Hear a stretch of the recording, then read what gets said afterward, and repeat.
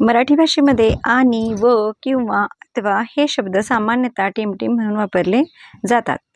आणि आपल्या या प्रश्नाचे योग्य उत्तर येणार आहे पर्याय क्रमांक 1 उभयान्वयी अव्यय. तर पहा, उभयान्वयी अव्ययाचे प्रकार 2 आहेत. प्रधानत्वसूचक उभयान्वयी अव्यय आणि गौणत्वसूचक उभयान्वयी अव्यय. आता प्रधानत्वसूचक उभयान्वयी अव्यय कोणती? आणि, व, शिवाय, अन, परंतु, पण, अथवा, किंवा, वा, म्हणून इत्यादी. तसेच गौणत्वसूचक कोणती?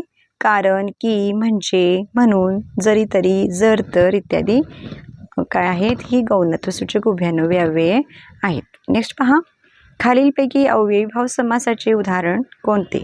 समासाचे उदाहरण ओळखायचे आहे. कोणत्या? अव्ययीभाव.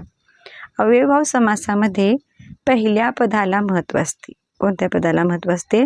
पहिल्या पदाला महत्त्व असते. त्यामुळे आपल्या या प्रश्नाचं योग्य उत्तर येणार आहे पर्याय क्रमांक 2 प्रतिदिन. प्रतिदिन म्हणजे प्रत्येक दिवशी. यामध्ये काय असते? पहिले पद प्रधान असते. अजून कोणती उदाहरणे येतील?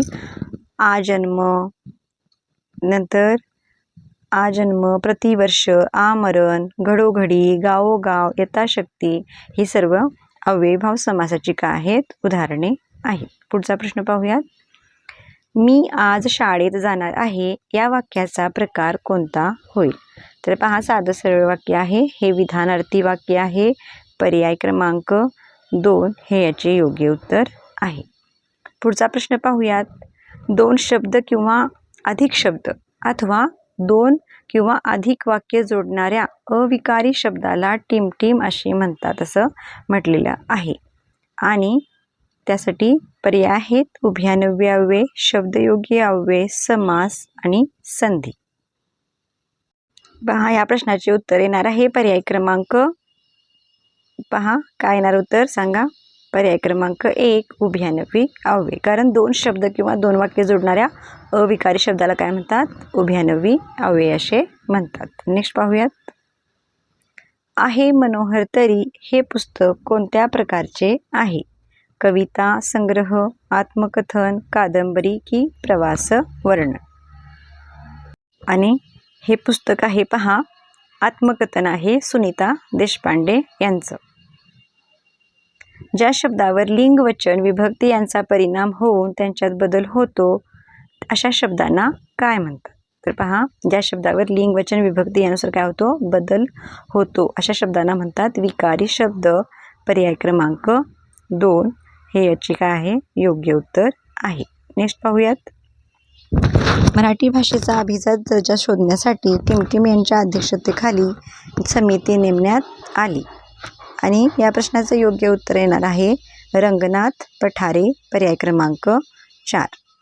तर पहा, थोडा घसा बसलेला आहे, थोडं निग्लेक्ट करा कारण परीक्षा जवळ असल्यामुळे अभ्यासाला खूप महत्त्व आहे. पहा, हिमालयाच्या नद्या उगम पावतात त्या बहुतेक गंगेला येऊन मिळतात. या वाक्यात कोणत्या प्रकारचा शब्द मुळीच आलेला नाही? विशेष नाम, सर्वनाम, भाववाचक नाम की सामान्य नाम?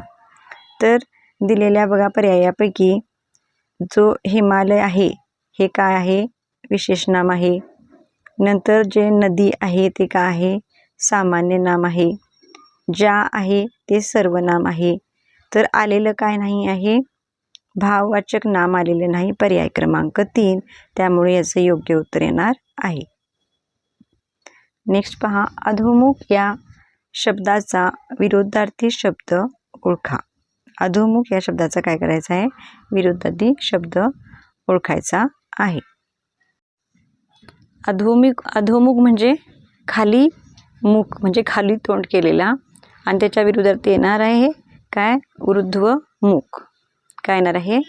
ऊर्ध्वमुख किंवा उन्मुख. एक सेकंड.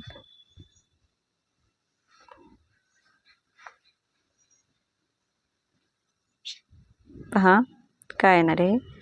उन्मुख किंवा त्यालाच काय म्हणतात? ऊर्ध्वमुख असा पर्याय पाहिजे होता. त्यामुळे इथं उत्तर होणार आहे पर्याय क्रमांक 2. नेक्स्ट पहा, मुख्यमंत्री स्वतः जातीने या समारंभाला हजर राहतील.